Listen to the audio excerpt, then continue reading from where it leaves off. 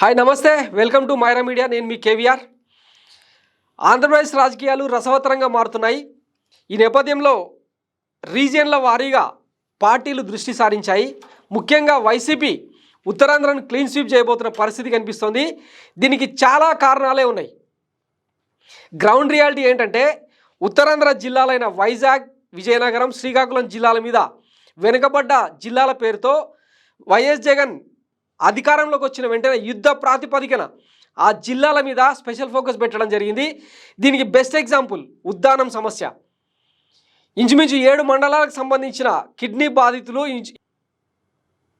ఇప్పటిదాకా 15,000 మందికి పైగా చనిపోయారు. ఇంకా కొన్ని వేల మంది కిడ్నీ బాధితులు అక్కడ తీవ్రమైన ఇబ్బందులు పడుతున్నారు.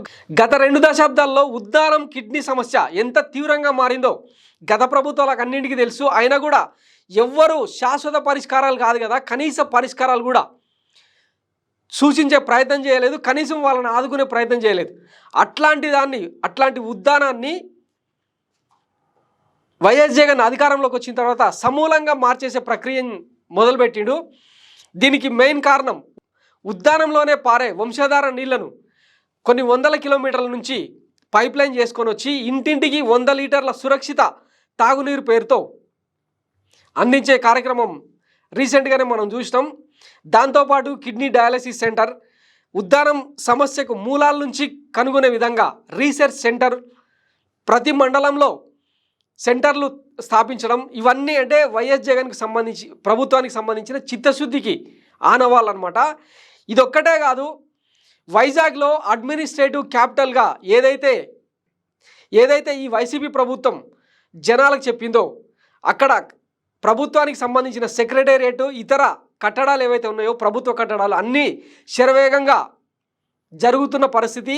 దీంతోపాటు భోగాపురం ఇంటర్నేషనల్ ఎయిర్పోర్ట్ కూడా ఆల్మోస్ట్ ముగింపు దశకు వచ్చేసింది.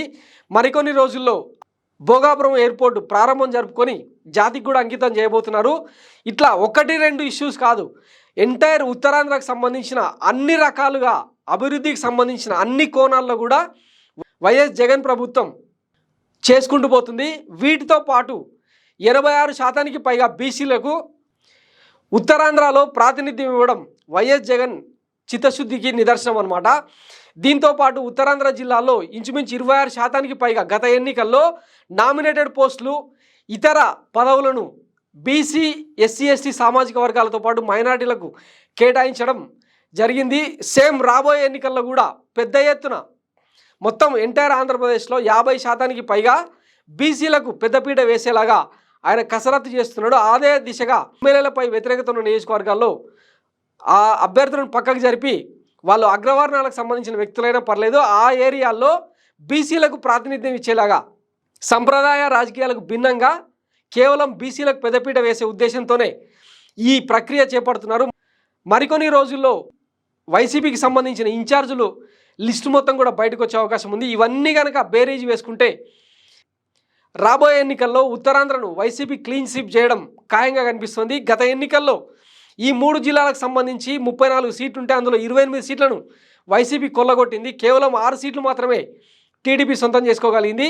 ఈసారి కూడా అంటే ఈ జరిగిన అభివృద్ధి, బీసీలకు ఇచ్చిన అధిక ప్రాధాన్యం, ఈ కారణాల వల్ల ఈసారి కూడా అట్లాంటి ఫలితాలే వచ్చే అవకాశం ఉందని చెప్పి రాజకీయ విశ్లేషకులు చెప్తున్నారు. రీసెంట్గా విడుదలైన టైమ్స్ నౌ సర్వేలను అదే తేలింది. మైరా మీడియా కూడా ఉద్దానం ప్రభావిత ప్రాంతాల్లో పర్యటించింది. అక్కడ ప్రజల గత పరిస్థితులను, ఇప్పటి పరిస్థితులను బేరీజ్ వేసే ప్రయత్నం చేసింది. సో వీటన్నిటినీ దృష్టిలో పెట్టుకుంటే ఈసారి వైసీపీ ఉత్తరాంధ్రను క్లీన్ స్వీప్ చేసినా ఆశ్చర్యపోనక్కర్లేదని చెప్పి అక్కడ స్థానికులు చెప్తున్నమాట. సో చూద్దాం 2024 అసెంబ్లీ ఎన్నికల్లో ఆంధ్రప్రదేశ్లో ఎట్లాంటి ఫలితాలు వస్తాయో చూద్దాం. Thank you.